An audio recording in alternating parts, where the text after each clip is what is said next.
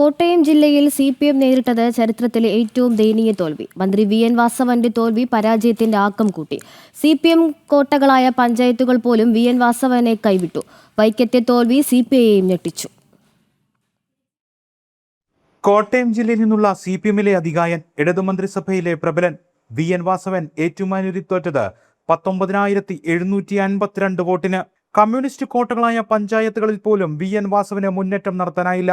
UDF സ്ഥാനാർത്ഥികളായ Thiruvanchoor Radhakrishnan, Chandy Oommen എന്നിവരുടെ ഭൂരിപക്ഷം വൻതോതിൽ ഉയർത്തിയാണ് ജില്ലയിൽ നിന്നുള്ള മറ്റു പ്രമുഖ CPM നേതാക്കൾ തോറ്റത്.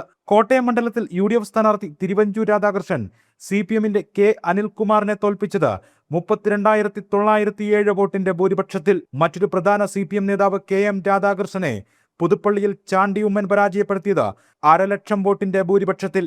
ഇവിടെയൊന്നും UDF സ്ഥാനാർത്ഥികളുടെ ഭൂരിപക്ഷം കുറയ്ക്കാൻ CPM നേതാക്കൾക്ക് സാധിച്ചില്ല. ഇടതുപക്ഷത്തിനുള്ളിൽ CPIയെ നിഷ്പ്രഭമാക്കിയ തിരിച്ചടി വൈക്കത്താണ് നേരിട്ടത്. വർഷങ്ങളായി കൈവശം വെച്ച വൈക്കം മണ്ഡലം CPIക്ക് നഷ്ടമായി. CPI സ്ഥാനാർത്ഥി P പ്രദീപിനെതിരെ 1,360 വോട്ടിന്റെ ഭൂരിപക്ഷത്തിൽ UDF സ്ഥാനാർത്ഥി K ബിനിമോൻ അട്ടിമറി വിജയം നേടി. വൈക്കത്ത് CPIയിൽ നിലനിന്ന വിഭാഗീയ പ്രശ്നങ്ങൾ തെരഞ്ഞെടുപ്പിൽ പ്രതിഫലിച്ചു. ഇടതുപക്ഷത്തെ കോട്ടയത്തെ ജനത നിഷ്കുരണം തള്ളിക്കളഞ്ഞ തെരഞ്ഞെടുപ്പ് ഫലം വരും ദിവസങ്ങളിലും പാർട്ടിക്കുള്ളിലും മുന്നണിക്കുള്ളിലും ചർച്ചയാകും. ജനം, കോട്ടയം.